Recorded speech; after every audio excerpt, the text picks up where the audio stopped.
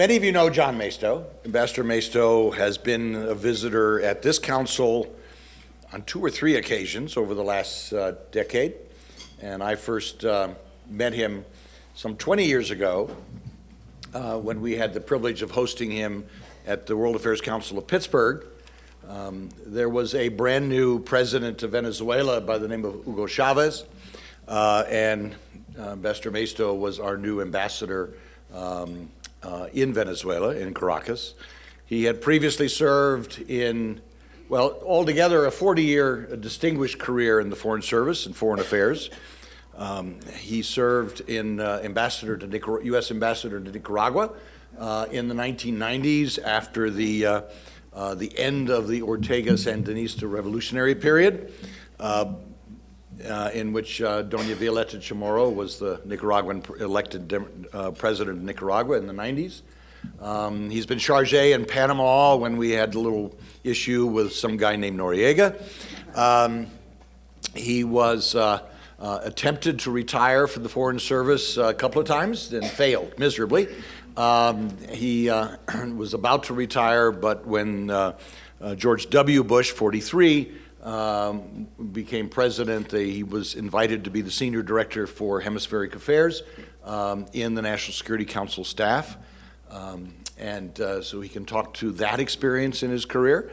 And then following that assignment in the second term of the Bush administration, he was U.S. ambassador to the Organization of American States. After that, he did successfully retire from the Foreign Service. He has flunked retirement, however, since then. He continues to consult. He's on the board of advisors of the Inter-American Dialogue. He is president of the U.S.-Philippines Society, consultant on international development at Arizona State University. But amongst other things, he is an advisor to Janet's nonprofit organization, which worked in Nicaragua for 15 years. Can't do that anymore, unfortunately. And most important of all, a good friend of 20 years, at least. So without any further ado, my good friend, John Maisto. Thank you, Sky. That was very nice. Thank you.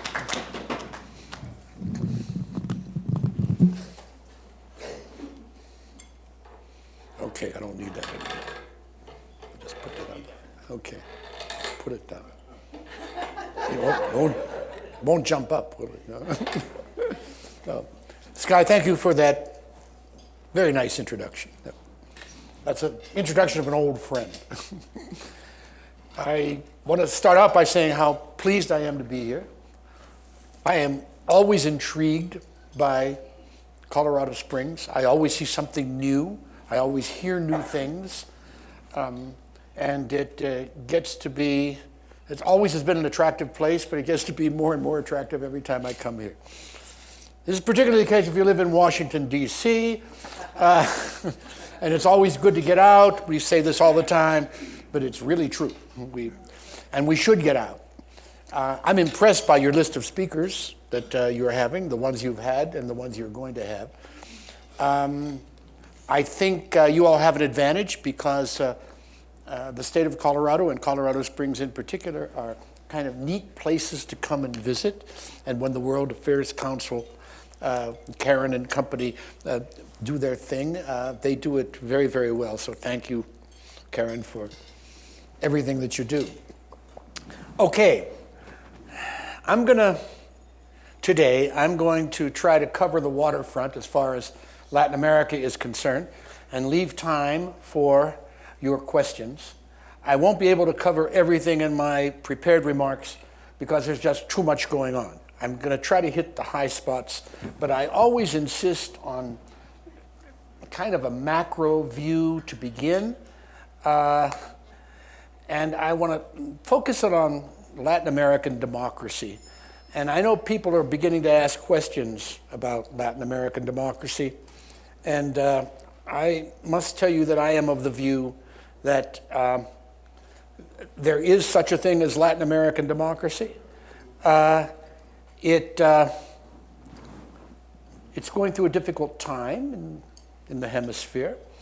Some friends of mine wrote a book called Latin America, democracy in Latin America, emerging reality or endangered species. That was kind of a cute title by some academic friends of mine. My vote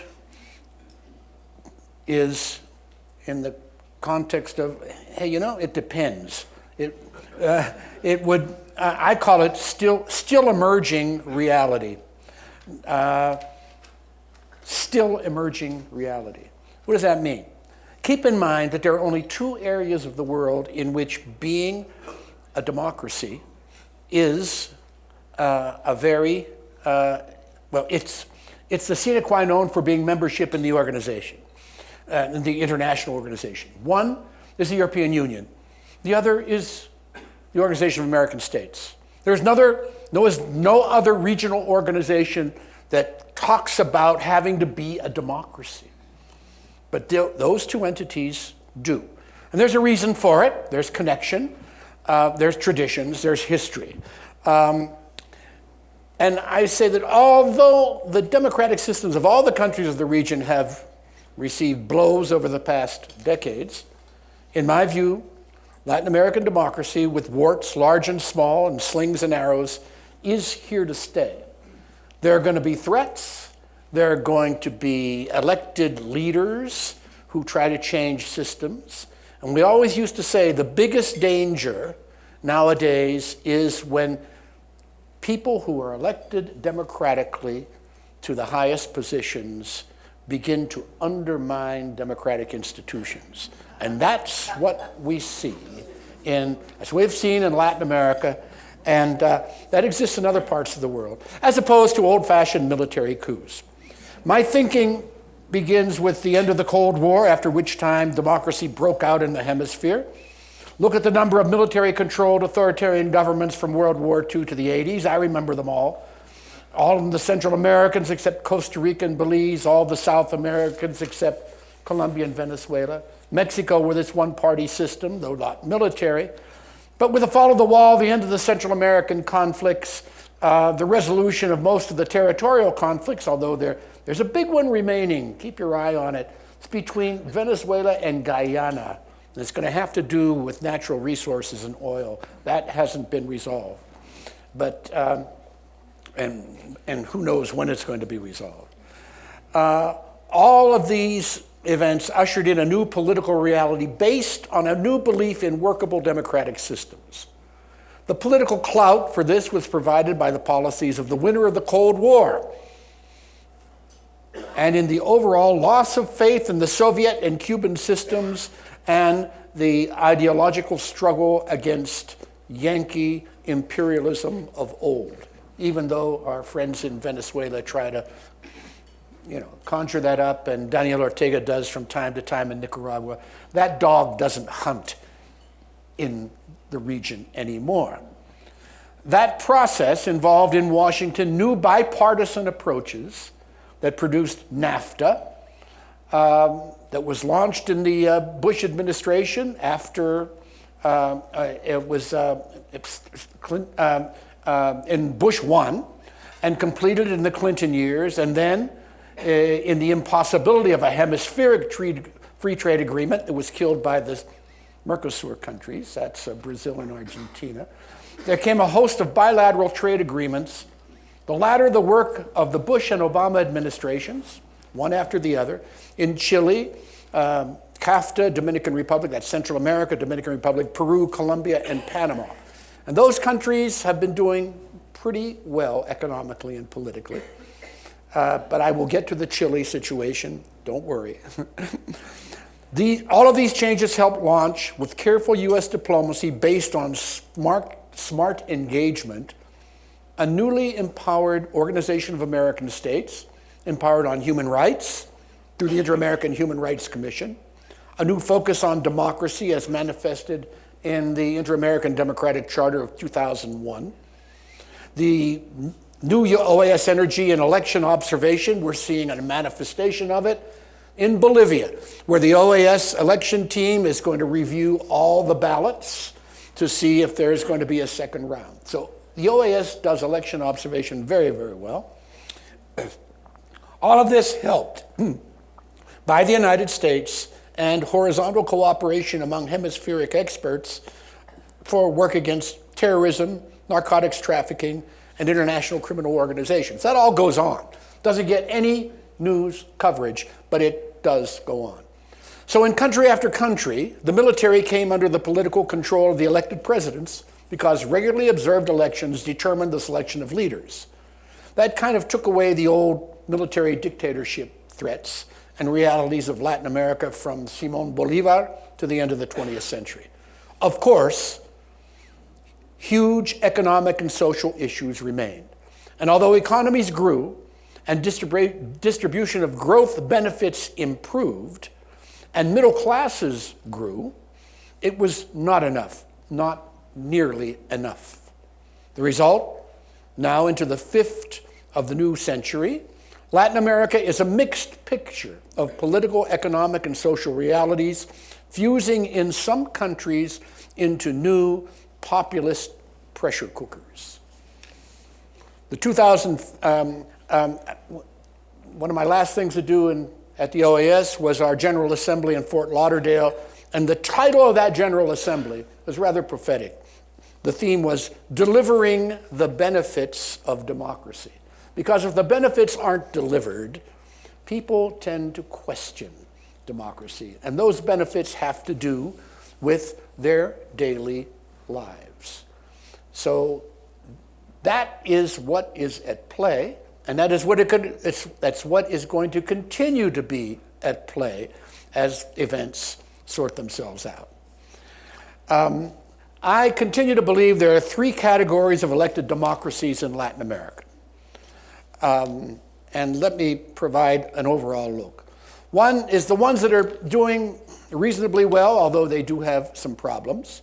Peru, Colombia, Mexico, Chile, Argentina, Brazil, Panama, Uruguay, Paraguay, Costa Rica. Those countries have regular elections. They have huge political issues, huge economic and social issues, but institutionally, they are moving along. There are countries with problems, big to medium size. The Centrals, El Salvador, Guatemala, Honduras, Bolivia, Dominican Republic, and the countries that are just scraping the bottom of this list, Nicaragua and Haiti. Then there's a third category of not democratic at all, Venezuela and Cuba. Until Maduro's so-called election last year, I used to call Venezuela a hybrid authoritarian, populist, not really democratic situation. I got that from some of my academic friends, and I thought, gee whiz, because they had elections, and the regime pretty much won them. Were they good elections? Some of them were, some of them weren't. Remember, the opposition won the legislative elections in Nicaragua in 2015. But nowadays, no way can you call Venezuela anything but authoritarian. A rhetorical question: what about the socialist communist versus the democratic capitalist ideological divisions? Remember those? Today, they're not really valid. Today, several duly elected democratic governments that did reasonably well were headed by leaders of socialist or labor or revolutionary or popular parties. And as we have seen, several leftist governments were succeeded by right-of-center governments through elections, and quite a few. Or by other left-of-center governments, more in the tendency of centrism.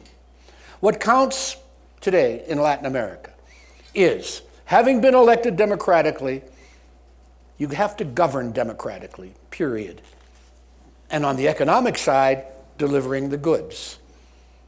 Regular, free elections, to be sure, as a base, and then delivering the goods in a democratic system, periods of government that end in new elections that are free and fair.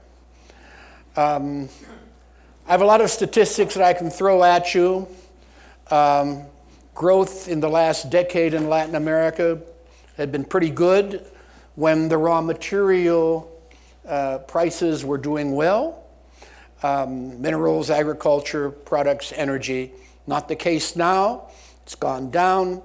There are some realities in Latin America that I think are worth sharing. In Latin America, extreme poverty, which means less than $2.50 a day, has decreased in the last 20 years.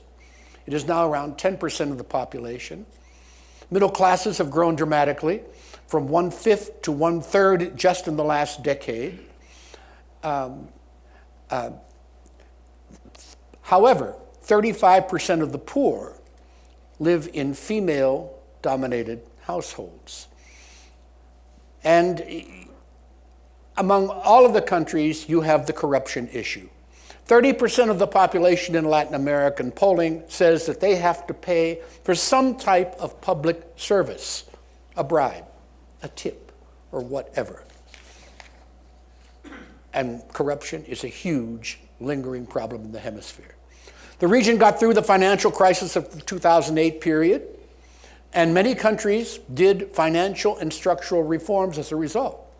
Many benefited from the free trade agreements with the United States and other countries. With the United States, we have Mexico, Chile, Peru, Colombia, Panama, the Central Americans. Notice, all on the, by and large, on the Pacific side. The poverty level did fall because of cash transfer programs, improved education, lower population growth. However, we've had a tick up in the last 3 years. Poverty has increased slightly. In Chile, the poverty has been down over the past 10, 15 years from 40% to now about 10%. In Peru, from 2000 to 2018, poverty dropped from 54% to 20%.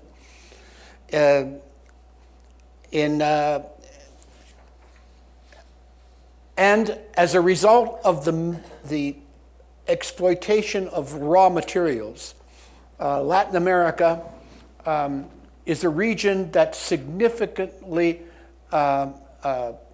grew.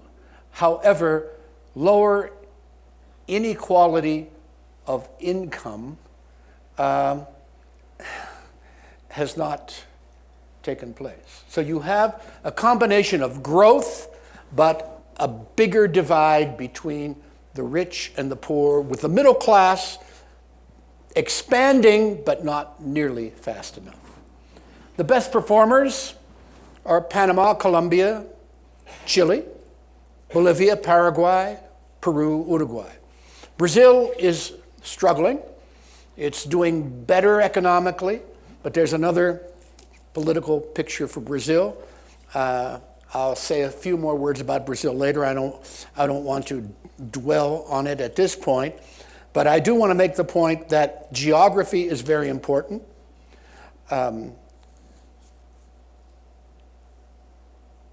And the Trans-Pacific Partnership advances that were made, but then kind of faded away because of our government's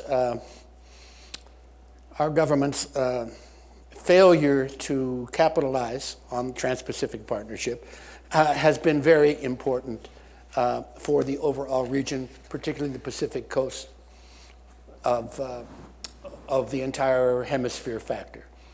There are two other factors that I want to talk about in general before I jump into Venezuela.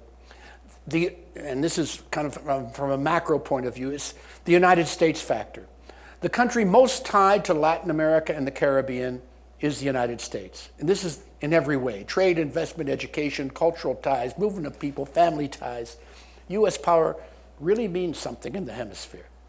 52% of all U.S. exports go to the hemisphere. This trade supports between 4 and 5 million U.S. jobs.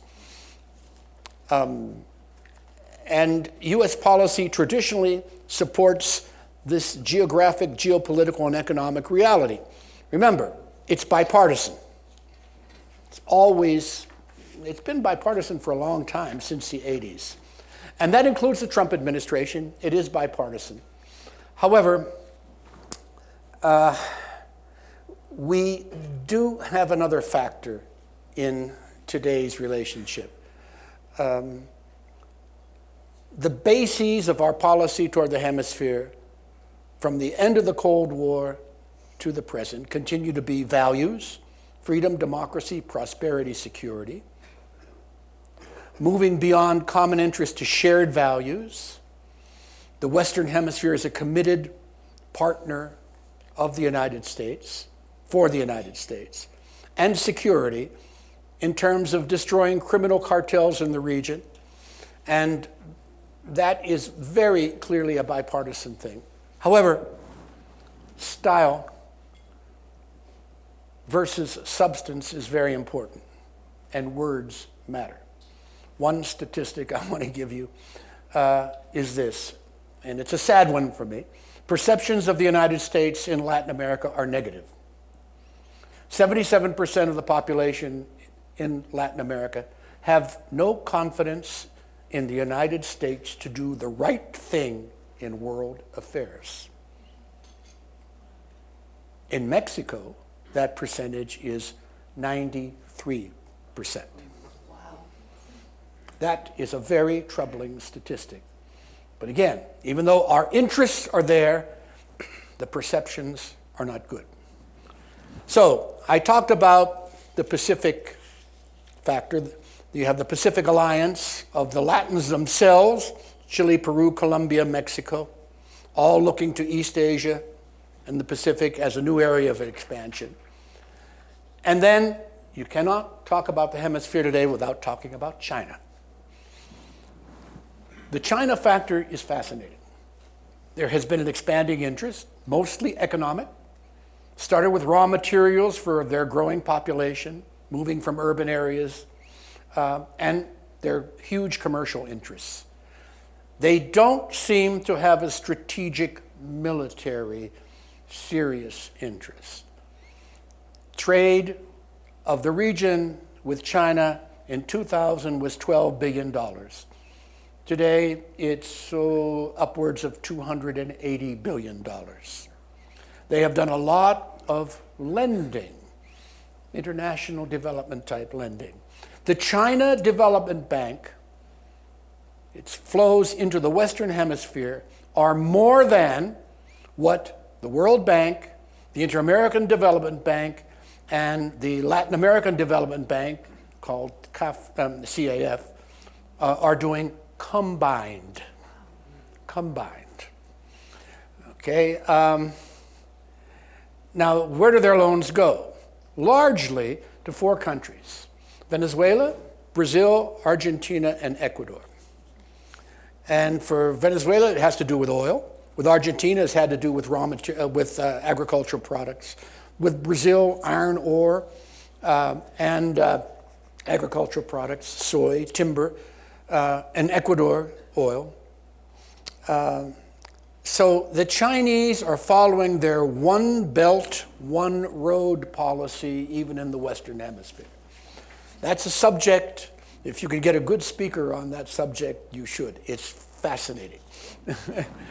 But there's Chinese technical engagement as well. For example, they're building and launching satellites for Brazil, and they're doing that in Venezuela, Bolivia, and Ecuador. They have a deep space radar installation facility in Argentina, and they have space observations in Chile. So the Chinese are doing their Chinese thing quietly with development assistance, and it's something that we should all be watching very carefully. Let me turn to Venezuela. I want to talk about the current situation, the humanitarian tragedy, why Chavez, what happened to the traditional party elites there, the Cuba factor, and Russia and China too, Maduro and the current downward spiral, the new generation of opposition, a young man by the name of Juan Guaido, who's a new leader, the events of 2019, and our policy options. And it's a fascinating story because it's new. It's different. Venezuela is a tragedy. the mess in the streets, the economic mess, hyperinflation. You can't stay on top of the statistics. Inflation, what? The latest thing I have in my notes is 2,400%. Their GDP contracted 22% in 1 year recently. 40% of the population is opposed to the regime. 40% considers itself non-aligned, and 19% considers itself pro-Chavez, Chavista. There's a reason for that. That's a poor part of the population. Now, with regard to Maduro, well, more than 70% say he and his regime are bad and very bad, and same percentage says government is corrupt. There are shortages of everything. Nobody believes the government's declarations. They have an electoral commission that periodically does things, and about 80% of Venezuelans don't believe those. But notice you always have a certain number of Chavistas who are believers. The political situation now, very briefly, in 2018, May, there was a presidential election. The opposition boycotted. Maduro won. In January 2019, Maduro was inaugurated to begin a new term. However, the opposition did not recognize him. And there were only 5 countries that recognized Venezuela. No, 6. There was one of those little countries that used to be aligned to the Soviet Union. The countries that recognized Maduro were Russia, China, Cuba, Bolivia, Nicaragua, and one of the countries in the Crimean Peninsula. South Ossetia. Pardon? South Ossetia. You're right. The South, whatever, yeah, that's the one.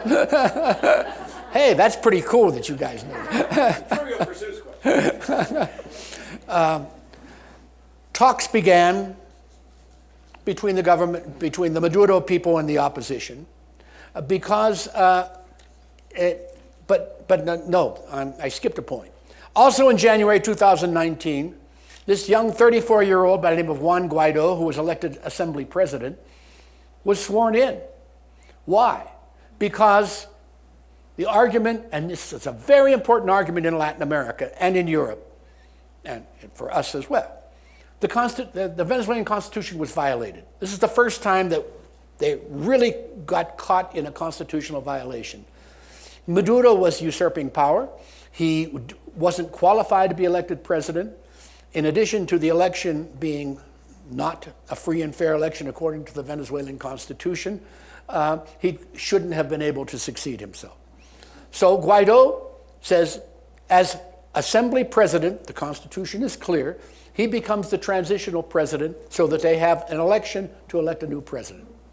So he demands that position, and as a result, you have 2 presidential figures in Venezuela starting in January of last year. In addition, you have 2 legislative figures. You have the elected legislature in 2015, controlled by the opposition, and you have the Maduro-established National Constitutional Assembly, they say they're going to rewrite the Constitution. They exist in the same legislative building. The Maduro people go in the morning, and the regular legislative assembly goes in the afternoon. There are 2 Supreme Courts, one in Caracas and one Supreme Court in exile sitting in Bogota, Colombia. There are 2 attorney generals. The former Chavista attorney general, who about a year ago said, this whole system is corrupt, and I'm calling them on it, and she and her Chavista legislative husband had to flee the country. They're in Colombia as well, and Maduro appointed a new attorney general. So it's a little complicated. Okay. Talks went back and forth. Time-buying operations for Maduro and company. But a humanitarian crisis began. People started fleeing Venezuela because of the economic hardship. Result, where did they go? They went to Colombia next door. They went to Brazil. They went to Peru. the total number is now in the 4 million range. It's huge pressure on Colombia. But in addition, to complicate matters, the Colombian revolutionary groups are now using Venezuela again to take refuge and to do pressures on the peace process in Colombia. The international response to all of this was not to recognize Maduro, to recognize Guaido, to put pressure on the regime, starting with individual pressures led by the United States, and then progressively economic pressures. But the humanitarian needs are very, very much there as well, and there's not enough money to support the Venezuelans who are particularly in Colombia at this time. Now the Venezuelans are the largest group of people seeking asylum in the world. In the world. This exceeds Syria and everything going on in the Middle East. They are also the largest group seeking asylum in the United States, no longer Mexicans and Central Americans. And there are sanctions. Over the past 2 years, oil sanctions in particular. However, our sanctions provide a cutout for food, medicine, and clothing. So if somebody tells you the sanctions are causing the humanitarian problem, that's really not true. It's the regime that's causing the humanitarian problem through its absolutely terrible policies. How did all this happen? It's a legitimate question. Well, I was witness to some of it. In 1998, Hugo Chavez was elected president with 58% of the vote. He was a new figure. His campaign revolved around 3 issues. There are a lot of poor people in this country. Why are they poor if Venezuela is one of the richest countries in the world with all this oil that it has, that it exports? There must be something going on called corruption, because the 2 traditional political parties had been in power, the equivalent of the Democrats and the Republicans, Social Democrats and Christian Democrats, for 40 previous years. They completely dropped the political ball. They couldn't even field credible candidates, and Chavez won easily. It was an internationally observed election, squeaky clean. And Chavez started. He said, we have to change the Constitution. He wanted the Constitution to create a more centrally powerful state. And the new Constitution was approved in 1999. Then there were waves of anti-Chavez demonstrations, and in April 2002, there was a coup attempt. A coup attempt, curiously, was led by the president of the Chamber of Commerce. If you're going to have a coup, the president of the Chamber of Commerce is not a good person to lead it. And parts of the Venezuelan military. It failed because it was a violation of the Venezuelan Constitution. Other parts of the military held it up. Chavez remained in power. The National Oil Company began a boycott. There were strikes lasting for months, which failed. There were election after election. Chavez was elected in 2006 to a 6-year term. There was a referendum in 2007 to permit Chavez to run indefinitely and to put Venezuela into the official socialism category. It was defeated, 52 to 49%. It was not a bad election. However, Chavez proceeded to nationalize everything that he could nationalize.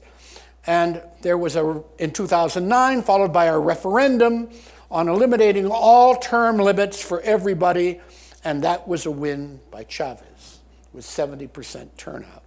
Then there were issues with Colombia and legislative elections, and the opposition managed to keep enough members of the opposition there to prevent the Constitution being changed by a simple majority vote. There was a presidential election in 2012. Chavez won, and in 2013, he died. And there's a lot of stories there. There was a new election, but during that time, the economy began to decline. The price of oil began to go down. There were border issues. Then in 2015, the opposition coalition won legislative elections. Why did they win?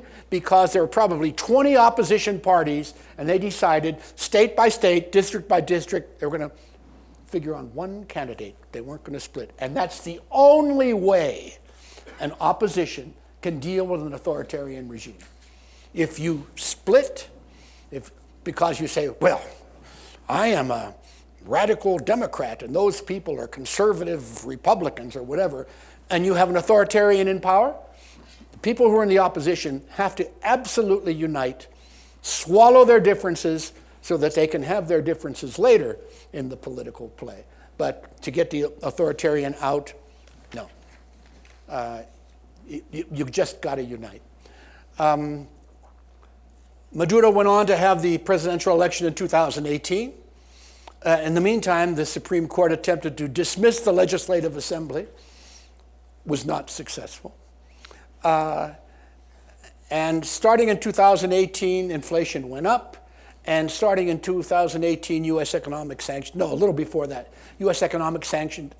sanctions began on individual Venezuelans, and then the economic sanctions began in 2018. There were shortages.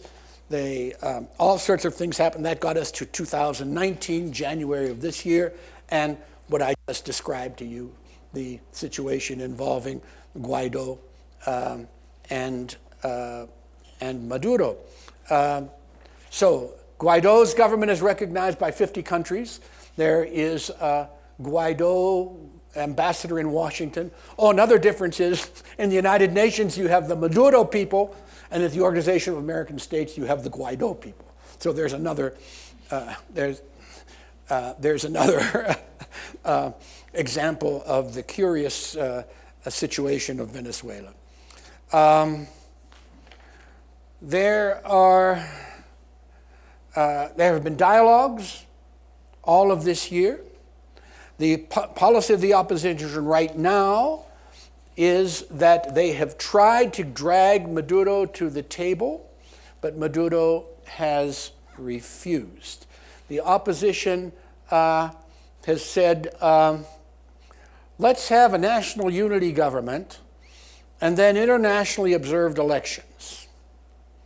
And Maduro said no. Then there were talks going on in both Oslo and in Barbados, and then the United States got involved in it because our national security advisor, Mr. Bolton, made statements saying that there can be no negotiated solution in Venezuela. Maduro has got to go. That cut the ground out from under the opposition, and things remain in an impasse. The opposition is still attempting to drag the Maduro government to the negotiating table while sanctions are in place. It's messy. It's very, very messy. Okay, what is U.S. policy?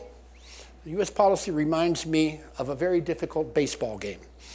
It is, and if you notice, the baseball players talk about it all the time, it's grind. You got to grind, inning by inning by inning by inning. It is unrelenting pressure with sanctions on individuals and key military people, but with the offer of relief selectively if individuals support democratic transitions. And already there have been a couple of individuals who have showed up in Spain or in Colombia or someplace saying, hey, okay, we jump ship. So you have that piece. Then you have steadily increasing economic and financial and oil sanctions. No more Venezuelan oil comes. You have active diplomacy to support sanctions and the opposition cause in other countries, because you have something that's needed called secondary sanctions. A bank in Spain is dealing with the Venezuelans as if things were normal. Treasury goes to them and says, Mr. Bank in Spain, if you want to have banking relationships with American banking institutions, you have to stop that, because otherwise we will prohibit that. That's the secondary sanction process. Active diplomacy to increase humanitarian aid, and Washington keeps They focus on an electoral solution, which includes the Chavistas. If there's going to be an election to resolve Venezuelan situation, the Chavistas are not going to go away. Just like in Nicaragua, the Sandinistas are not going to go away. They're there. They're a reality. And so they're going to have to take part.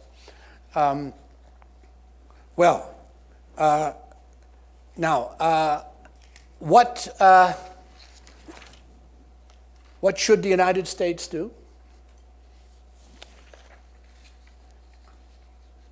We should, in my view, now I'm going to give you my view, we should continue what we're doing and look for peaceful democratic solutions, insist that the Venezuelans have to resolve them.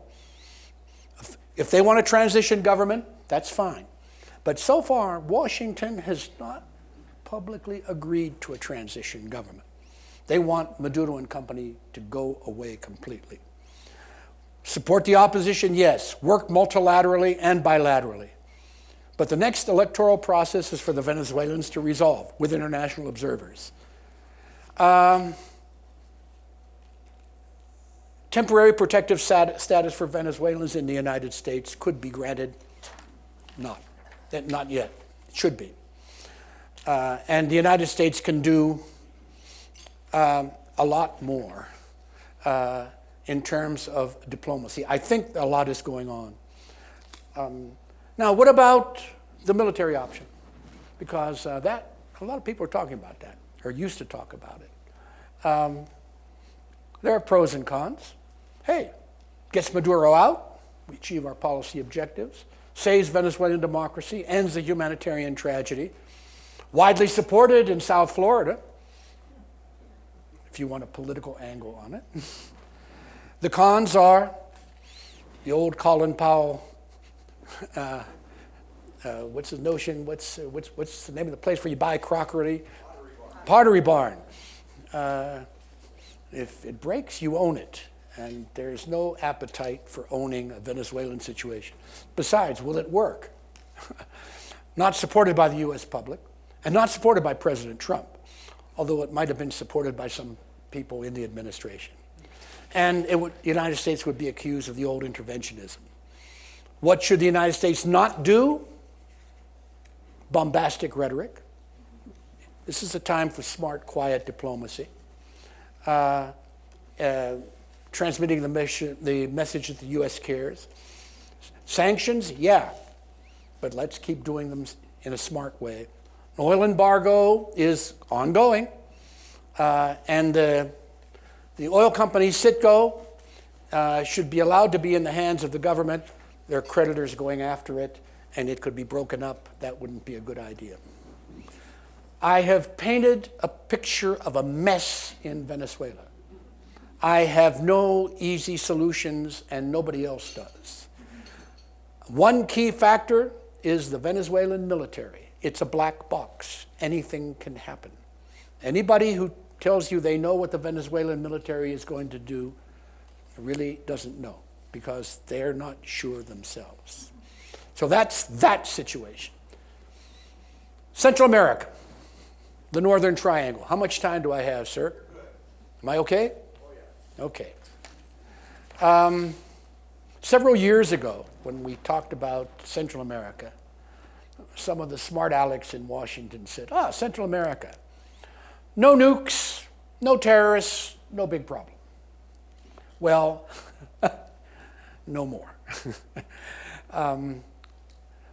We now have a big problem because of the situation on the ground, particularly in the Northern Triangle. The Northern Triangle, just south of Mexico, is Honduras, Guatemala, and El Salvador, with the flow of people north. And there are Mexicans as well, but the Mexican number has gone down. They're mostly Central Americans, but now there are Venezuelans working their way up there as well. Why was there a flow of people north? Violence, drug gangs, heroin, opioid epidemics. And all of this is caused by the old law of supply and demand. Because drugs are moving, they're produced in the Andean countries, they transit through Central America, and they make their way to the United States. And as long as there's a big demand, and there is a big demand, the supply is going to continue coming. Out of that has come a globalized drug business with transnational crime. There are gangs. They fight among themselves. They threaten people. They may make money from selling drugs, and they use the money for corruption. Arms flows are well, they flow south. And you have a situation nowadays in which 2/3 of people in Central America have been affected by violence. They themselves, their family, their friends. Violence is the number one issue in Central America. Homicide rates are among the highest in the world. And I can go through country by country, Guatemala, Honduras, and El Salvador. These countries have regular elections. They have constitutions. They have judicial systems. Their institutions are weak, but they have regular elections. The Guatemalans just had an election, and a man was elected who's Mr. Tough Guy. His name is Gimanetti. This is the 4th time he's tried to be president. Hard line. People want a hard line, in Guatemala want a hard line approach to drug gangs. Problem is, Guatemalan presidents come to power all the time, threatening a hard line, but the corruption goes on and the trafficking goes on. There was an international tribunal formed by the United Nations that the Guatemalans have decided was an affront to their national sovereignty because they were uprooting the corruption at very high levels. That's too bad. And there's another such body in Honduras that is being weakened. Honduras has a president by the name of Juan Manuel Hernandez, whose brother was indicted in Miami recently for drug trafficking. And in the indictment, you have unnamed co-conspirators. And there are a lot of people who think that one of the unnamed co-conspirators is the sitting president of Honduras. In El Salvador, and this is very interesting. In all of these countries, you have drug gangs, and many of the drug gangs are populated by Salvadorans, Guatemalans, and Hondurans who went off to the United States illegally, were picked up and sent back to their home countries. One thing they knew very well, some of them were in jail, some of them were about to go to jail. The one skill, no, they brought 2 skills with them. One was proficiency in English, and the second was the drug business and the gangs business. And so gangs with the names of the Los Angeles drug gangs are now in El Salvador and in Guatemala. But El Salvador has just elected a brand new president, a young man from the private sector, who seems to be a breath of fresh air. And our administration likes him. People in Congress like him. And he is attempting to put a big focus on the root causes as well as the need for reform in the police and reform in the military, etc. Our administration has fluctuated back and forth. President Trump a few months ago said, those countries aren't helping us anymore. We're going to stop giving economic assistance to them, which those of us who follow Central America didn't think was a good idea because you have to do things to fight, get at the root causes. And with the money we were providing, we were doing that, and there was some measured progress that was being made. If anybody thinks that the situation on the ground in Central America can be resolved from one fiscal year to the next, or from one election here to the next, no. There has to be a commitment, a long-term commitment. And you pretty much have a bipartisan agreement in the Congress of the need to stay there. But the president pulled something, right out of the air. Happily, just recently, he reinstituted, just 2 weeks ago, The rest, they took some money away, but $150 million was replaced, and that's good. So we just have to we have to keep working. What on? Institutional reform of the judiciary, institutional reform of the police, economic activities that have to do with the education of young people.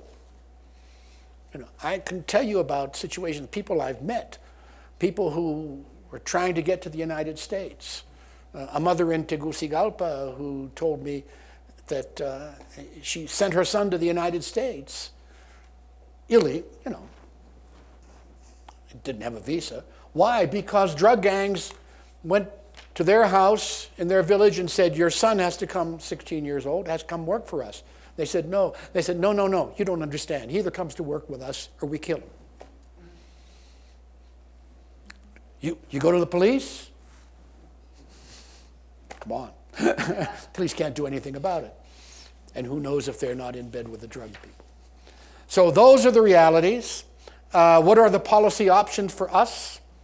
One of them has to do with the border. If you want to, better policing of the border. I will not get into a debate here or a presentation of how you do that. There's enough of it here in public in the United States.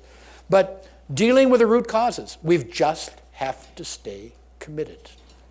There is no other recourse. And there's one other way to do it, and that's to work with Mexico. The Mexican government wants to work with the United States on Central America because they border Central America too, and they're kind of caught in a squeeze. So all of this is going to take time, patience, and follow through, and a steady policy on the part of the United States, not jumping from one policy to another and confusing people. I want to say a few words about Mexico.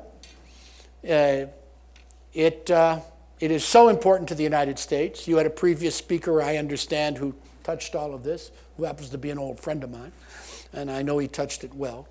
I'm not going to get into the fusion of the Mexican and the U.S. economy. The upper third of Mexico, for all intents and purposes, is part of the economy of the United States and has worked well. NAFTA has been a huge success in spite of rhetoric that you hear. And NAFTA by a new name called USMCA, United States, Mexico, Canada Agreement, because our president likes to change names, which is just fine. The Mexicans are happy to change the name as long as they have a continuation of the agreement. And let me say this, the Mexicans have been handling, when you're president of a country and your country is being insulted regularly, and you have to take care of the relationship, you have to do that carefully and smart. And the president of Mexico, a populist, by the way, an old-style, big government spending, responding to the needs of the poor populist, and the Mexicans will go through their period. But they have decent elections now in Mexico. Didn't used to be the case. Seems to be doing, he has a very good foreign secretary, dealing pretty smart with the United States. Those of us who follow Latin American affairs, you wonder when the nationalist explosion is going to come. They just hold off. They don't pay much attention to it. They just take care of business. Okay, let me say a few words about populism. Big subject. Definition is a political approach that strives to appeal to ordinary people who feel their concerns are disregarded by established elite groups. I went to the dictionary to check that out. It gets translated into political terms in a variety of ways. Authoritarians use it all the time to justify what they want to do. And it can cover the gamut from a Chavez to an Erdogan in Turkey, to Duterte in the Philippines, to, the Socialist Party in Chile, to the Peronists in Argentina. You can have democratic populism or authoritarian populism. So we'll see what happens. It's been around a lot in Latin America. And there are 3 countries in which it is manifesting itself in 3 different ways, in my view. Argentina. The Peronists are back. What does that mean? A friend of mine, who was a Brazilian, said to me, there they go again, the Argentines. The people who caused the problems in the previous administration have now been elected because the people who were elected to solve the problems couldn't resolve the problems. So now the people who caused the problems have been put in power. So you're going to have the Peronists back in power. But what kind of Peronists? We don't know yet. The people who know Mr. Fernandez say that Mr. Fernandez is an independent-minded Peronist.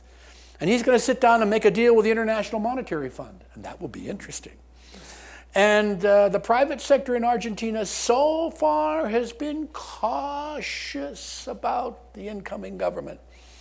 They haven't, gone off crazy. So we'll just have to watch. How much influence will Cristina Fernandez de Kirchner have as vice president? Vice presidents in Latin America usually don't have much influence.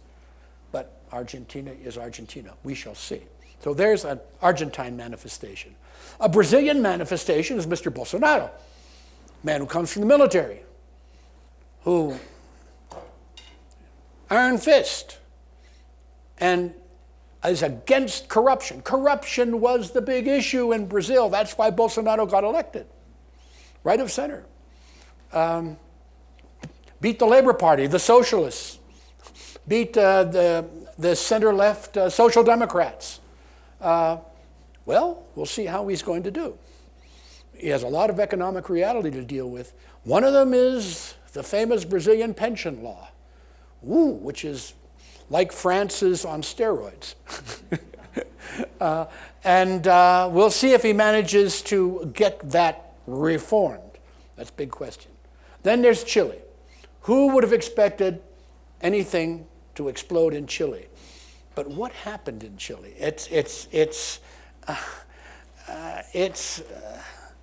Now we're seeing a struggle within democratic institutional lines between 2 approaches to Chilean economic reality.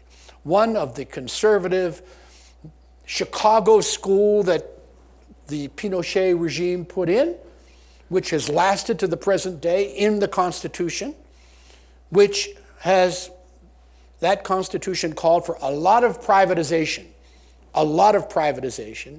and the demand for people who say, wait a minute, the pensions are in terrible shape. The health care isn't what it should be. The education system has deficiencies. And an explosion caused by a 3-cent raise in subway fares in the most modern subway system in all of Latin America. Fascinating to watch. Will the Chileans be able to put it together? That's what is being, that's what their billionaire president is trying to hammer out right now. If I had to bet money, the one country I would bet money on the Chileans getting this done, on something, within a system happening in Chile with reforms, I would bet on the Chileans pulling this out. Let me say a few words overall. I know there are countries I didn't touch yet. I haven't touched Nicaragua, but I will. But I'll give an overall conclusion about U.S. policy. U.S. policies have continued since the end of the Cold War. Engagement, people-to-people, political engagement, economic engagement, cultural things, they all make sense, and they all have bipartisan support. But the challenge is to see policies through. And security, country by country. There are different things that we can and should do. There are democratic values that are truly shared. Great people-to-people stuff, including the things that you all do here when you receive visiting groups from all over the world, including Latin America. The trade stuff Yes. USMCA should be approved by Congress. I hope it doesn't get subsumed into the debate between the Democrats and Republicans. The Trans-Pacific, the TPP should come back. Maybe it will under some new guise. But quiet diplomacy, strong, our economy strong, our military posture strong, strategic patience when it is necessary. And finally, I'm a Teddy Roosevelt kind of person. Speak softly, carry a big stick, but my corollary is speak softly and carry lots of big sticks and know how and when to use them. Okay, you want me to stop there and then I'll... Got about 12 minutes for questions. Okay, 12 minutes for questions. And I'm going to Pass around the microphone, and there's one right here. All right. short questions, short answers. All right. I do half my work in Latin America. Friday, I'm off to the CLAD conference in Buenos Aires. And I have a question about Mexico's national police force. How effective is it going to be in reducing or changing the character of refugee flows? How subject will it be to control by the narcotraficantes? And how long will it take to develop the technical expertise to be effective in any aspect? As short an answer as possible. Number one, it's going to be very tough. It's going to take a long time. We've been dealing with Mexican police in pieces. We do a lot of vetting before we deal with the pieces of Mexico's police force and military, by the way. It's going to take leadership on the part of the new president of Mexico. And we have to see, because drug money is very penetrating, and we simply don't know. I think it's going to be a mixed picture for a while, but we have to have a policy that's consistent, in my view. I'd also like to ask you about Mexico. You mentioned that one of the things that the United States needs to do in countering the North Triangle problem is to work with Mexico. Yesterday, a family of 9 was killed at the border, apparently caught in cartel fire. As I understand, Trump offered our troops to come over, and it sounds like Mexico said thanks but no thanks. They could handle it on their own. What is Trump's reason to want to have troops over there, and what is their concern? Good question. I think, from what I've seen in the media, what our president wanted to do is to work jointly with Mexican in terms of declaring war on drug gangs. Wow, declare war on drug gangs. That's a pretty big thing to do. The Mexicans are doing things. Are they doing them well enough or enough of them? No. But when American citizens get involved, then it's a real challenge for them as well as a challenge for us. So what I think is we're going to end up happening is that there's going to be some sort of an announcement that American expertise in terms of figuring out who these people were and who they are, because there's a lot of intelligence work going on in Mexico involving the terrorism people, the drug people, that is already being shared with the Mexicans. So I think there's going to be a big push on that, but in terms of getting uniformed American military to be joining up with Mexican military on a reverse Pancho Villa style thing, no, I don't think that's going to happen. We have another question? Good. Ian. The fall of the Roman Catholic Church in Central America, the secularization of society, has that added to the problems of populism and some of the things, or detracted from populism as we've seen it in South America, Central America? Seems like the church was a larger part of the world there, and now it's less so. Can you comment on that? Wow, that's a big question. The Catholic Church in Central America has been in a rival situation with evangelists, the evangelical communities of all sorts. There are American and foreign evangelicals. There are a lot of Mormons. There are a lot of Mormons in Mexico. Unfortunately, it was a Mormon group, according to the news accounts, was caught up in this. There was a time when in the Catholic Church you had the phenomenon of liberation theology, particularly it was strong in Nicaragua and strong in some of the other countries too. That's kind of faded. Is there enough attention being paid by the Catholic Church to the socio-economic problems of the poor people? That's a subject that's open to debate. There is an awful lot of charity work that's done. There's an awful lot of education work that's done. The Don Bosco situation, Don Bosco education of technical expertise to young people, carpenters and laborers and bricklayers and all sorts of things. That's been steady in Latin America for decades, for centuries. But the poverty issues and the crime issues are going around in that society. I don't think anybody blames the church, really, because both the Catholic Church and the evangelists are pulling in the same direction. And sometimes you even have cooperative efforts among them. In El Salvador, and it's still going on, you have a project called El Salvador Seguro, which brings civic organizations and church organizations along into particular areas of high crime and vulnerability.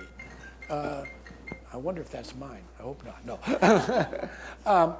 So I don't have a clear answer for you, but it's all part of the very difficult scene in Central America today. We've got a few more minutes, John, and don't see another hand, so I'm going to jump in with one country that you haven't talked about. What's that, Nick? Oh, there is one back here. Sorry. Let me go here. But I'd like you to say a couple words about Nicaragua as well. Okay. But we're going to have this question first. I just thought of what I wanted to ask.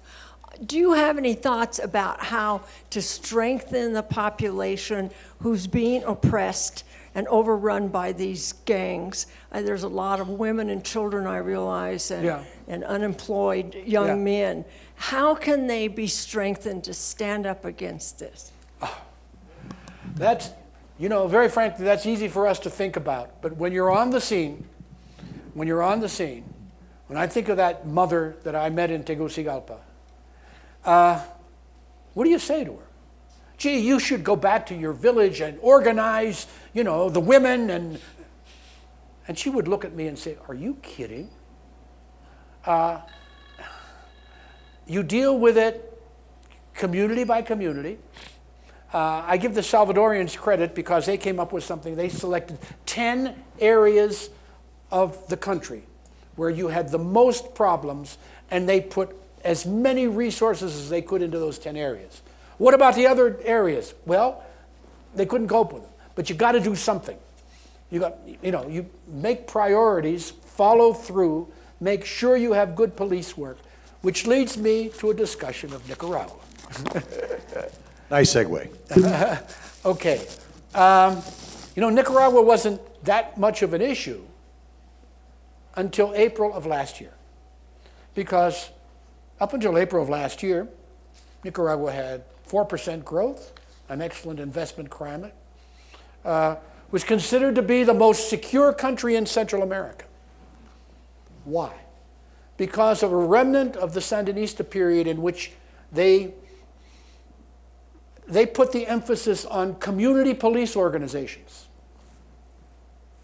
Each community, each town, each municipality had a police force that everybody knew.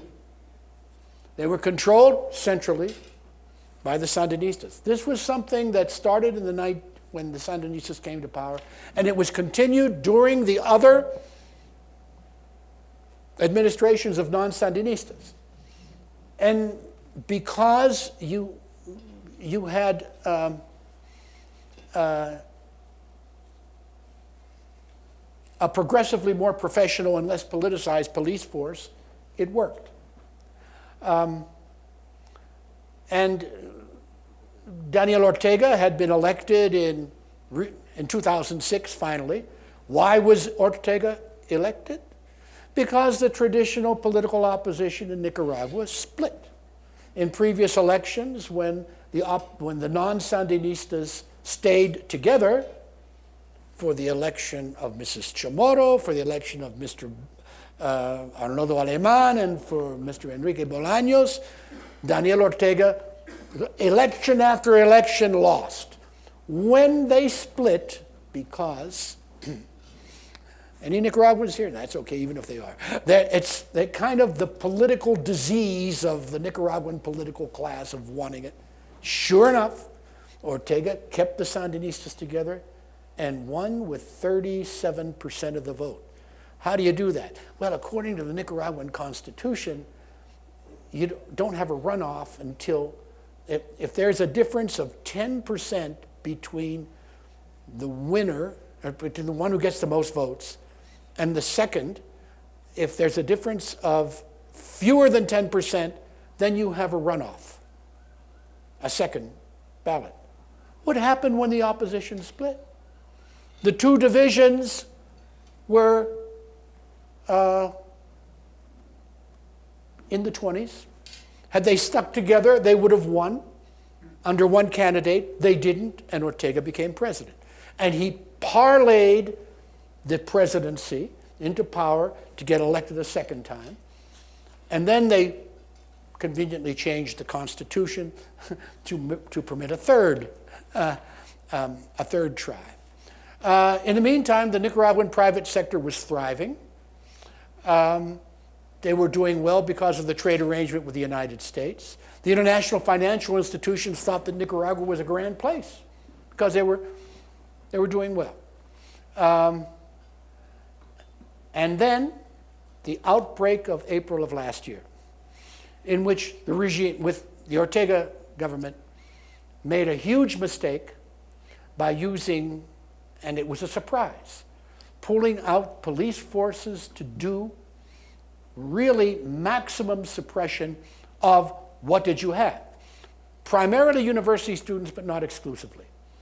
Throwing rocks at police, throwing Molotov cocktails in the police, firing back with tear gas, and etc. And they escalated. And things got worse. And people got killed. And people got captured. And they weren't only university students, they were people who were not happy with the government. What was interesting was there was the charge that Nicaraguan university students who had benefited from the opportunity to go to Nicaraguan universities were now wanting changes. A little bit reminiscent of Chile, because one of the big factors in Chile is, and it's a similar statistic to Nicaragua, and it's this.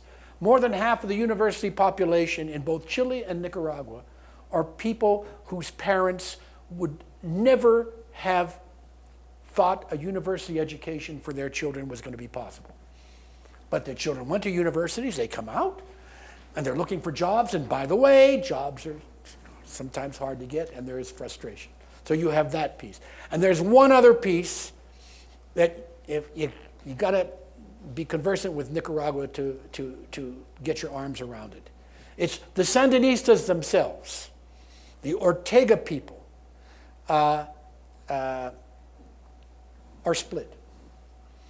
And the people who don't like Ortega and his wife, who is really a piece of work, Rosario Murillo, if you see her, I recommend, there's an article in the Sunday New York Times magazine section about an American evangelical Christian leader with close ties to President Trump, Secretary Pompeo, and other people, who was invited by Daniel Ortega to go to Nicaragua to, in his mind, form a Christian values group.